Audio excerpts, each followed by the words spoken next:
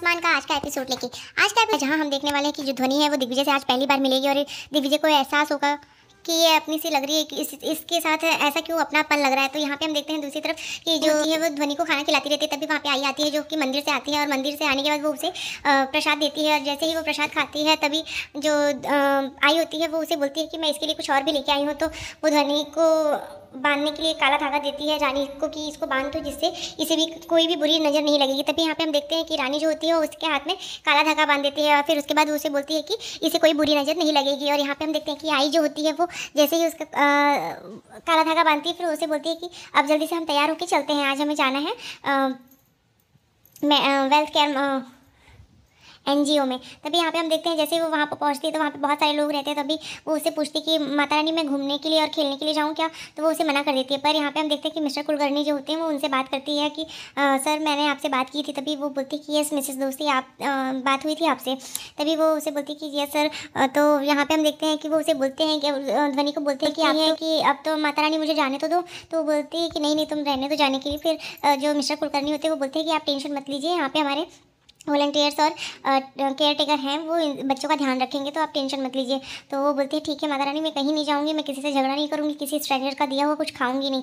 तो फिर वो उसे बोलती है कि ठीक है गुड गर्ल। तभी वहाँ पे हम देखते हैं कि वो जाती रहती तो कुछ बॉयज़ जो होते हैं वो फुटबॉल खेलते रहते तो वो बोलती है मुझे भी खेलने दो। पर वो जैसे ही वो लोग उसका मजाक उड़ाते हैं कि ये बॉयज़ का खेल है ना कि गर्ल्स का। तभी वो एक किक मारती है तो वहाँ से जो अनिशा होती है वो उसको लगने ही वाली रहती है। पर वो जैसे ही देखती है कि उसको लगने वाली थी तब वो बेचारी डर जाती है और सारे बॉयज़ वहाँ से भाग जाते हैं। तभी वहाँ पे अनिशा आती है और उसको डांट लगाती है कि तुमको दिखता नहीं है क्या। तो बोलती है कि मुझे तो दिखता है आंटी, पर मेरी वो बॉल की आंखें नहीं है ना, वो नहीं देख पाई।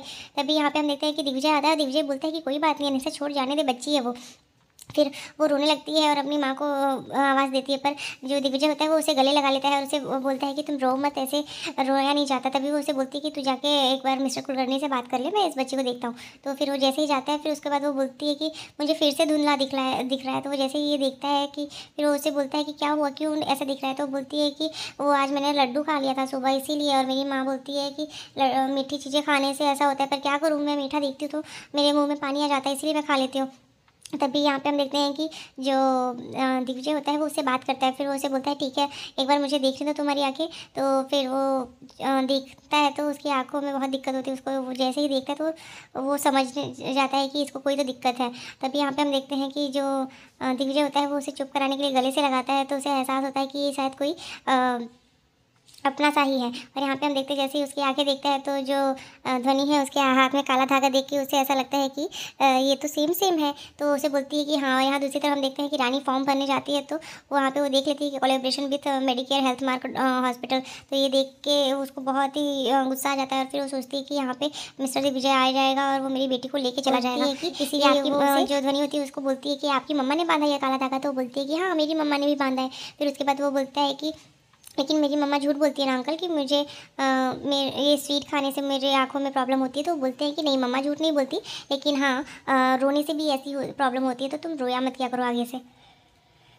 तभी वो उसको बोलता है कि अभी ये तुम्हारी प्रॉब्लम ठीक हो जाएगी। और फिर उसको बोलता है कि तुम आंखें बंद करके 10 तक काउंट करेंगे और ठीक हो जाएगा। तभी जो रानी होती है वो वहाँ पे आती है और अपनी बेटी को लेके जाती है। और यहाँ पे हम देखते हैं कि दिग्विजय जो होता है वो फ़ोन पे बात करता है तो उसकी वजह से वो देख नहीं पाता कि वो लड़की कहाँ चली गई। और तभी हम देखते हैं कि जो अनिशा आती है वो वहाँ पर आती है और उसे पूछती है कि क्या हुआ, तो यहाँ पे क्या कर रहा है। तो वो बोलती है कि वो बच्ची कहाँ गई। तो बोलती है कि मुझे नहीं पता। फिर वो उसे बोलता है कि अरे उसकी आंखें ख़राब है, उसको एज सुन एज़ पॉसिबल उसको ट्रीटमेंट की ज़रूरत है। तभी वो देखता है कि कोई जो है उसे लेके जा रहा है उसकी मम्मा। तभी वो उसका पीछा करता है और वो एक ऑटो में बैठ के चली जाती है।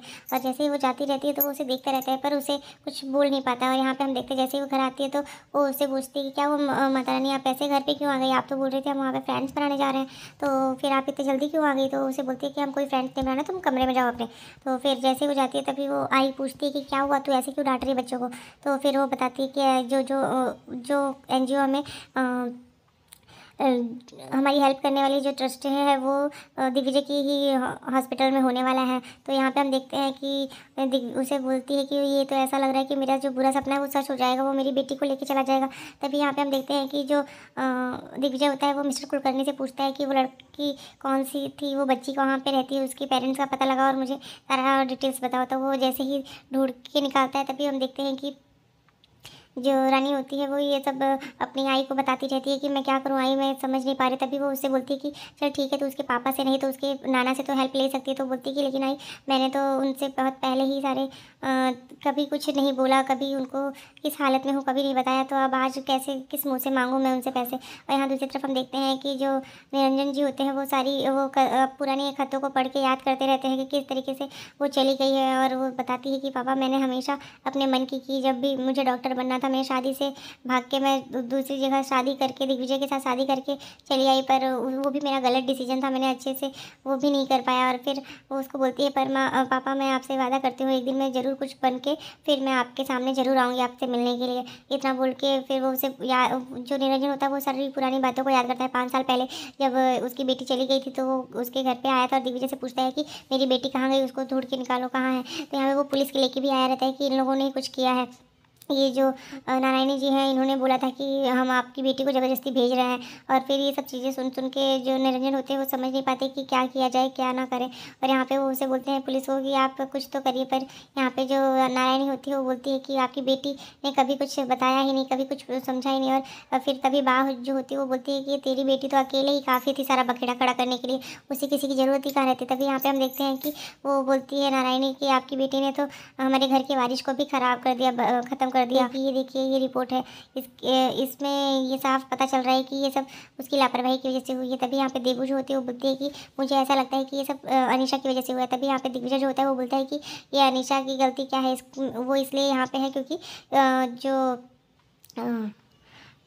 मिस्टर बजाज है उनकी डेथ हो चुकी है, इस वजह से यहाँ पे। तो यहाँ पे निरंजन जो होते हैं वो बोलते हैं कि अच्छा तो ये लड़की यहाँ पे क्यों रह रही है और किस हक से। तभी पिंकी जो होती है वो बोलती है कि यही लड़की है जिसने दिन रात एक कर दिन दिग्विजय को जेल से छुड़ाने के लिए आपकी बेटी ने तो हाथ खड़े कर दिए थे। तभी यहाँ पे जो नारायणी होती है वो बोलती है कि हाँ भाई साहब देखिए आप ये सब आपकी बेटी ने ही सब किया है, सब उसको आप जाके बाहर ढूंढिए अगर आपको ढूंढना है, यहाँ पे मत आइए प्लीज़, मैं आपके आगे हाथ जोड़ती हूँ। अगर उसको कोई दिक्कत है तो वो हमसे बात करती, पर उसने कुछ भी नहीं किया और वो सब एक सब करके केवल सबको परेशान कर रही है बस। और यहाँ पे हम देखते हैं कि निरंजन जो होता है अपनी बेटी को याद करके बहुत रोता रहता है। तभी उसके पास एक फ़ोन कॉल आता है, तो जिसकी वजह से उसे ऐसा लगता है कि कहीं उसकी बेटी का तो फ़ोन नहीं आया। तो वो फ़ोन उठा के उसे बार बार बोलता है कि रानी तुम बोल रही हो, रानी कैसी है बेटा। तो फिर वो बोलता है कि मैं भावेश बोल रहा हूँ सेठ जी, आप बिजनेस का कुछ पूछना था। तो वो बोलती है कि वो तो अब मेरे बेटे लोग देखते हैं तो उनसे बात कर ले। तभी यहाँ पे दूसरी तरफ हम देखते हैं कि जो अनीशा और दिग्विजय होते हैं वो घर के लिए जाते रहते हैं, एयरपोर्ट के लिए जाते रहते हैं। तभी यहाँ पे मिस्टर कुलकर्णी का फ़ोन आता है और उससे बताते हैं कि उस लड़की का एड्रेस मिल गया है, तो आप उस चीज़ को बता दीजिए। तभी वो ढूंढ के निकाल के उसे दे देते हैं और वो बोलती है कि हमारी तो अभी फ़्लाइट है ना, तो वो बोलती है कि ये फ़्लाइट हम दूसरी भी ले लेंगे। तभी दूसरी तरफ हम देखते हैं कि जो रानी होती है वो अपने सर से बात करती है कि सर क्या आप मुझे ये लोन दे सकते हैं और या फिर मेरी प्लेसमेंट कहीं और हॉस्पिटल में कर सकते हैं क्या। तो बोलती है कि तुम्हें क्या प्रॉब्लम हो रही है रानी, तुम इतनी अच्छी ब्रिलियंट स्टूडेंट थी, तुम इतनी अच्छी अपनी ड्यूटी निभाओगी, तो तुम ऐसे कैसे, तुम्हें क्यों नहीं करना है, वहाँ पे बहुत सारी नर्सेस होंगी जो तुम्हारा ध्यान रखेंगी, तुम्हारे साथ रहेंगी। तो वो बोलती है कि क्या बताऊँ सर आपको, मैं किस लिए ये जॉब नहीं कर रही हूँ। तो आज के एपिसोड में बस इतना ही फ्रेंड्स, मिलते हैं नेक्स्ट एपिसोड में जहाँ हम देखेंगे कि रानी को किडनैप कर दिया जाएगा, उसको उस तरीके से जो उसने जुर्म करती थी तो उस केस में उसे अंदर डाल दिया जाएगा। तब तक के लिए bye bye, take care, Radhe Radhe.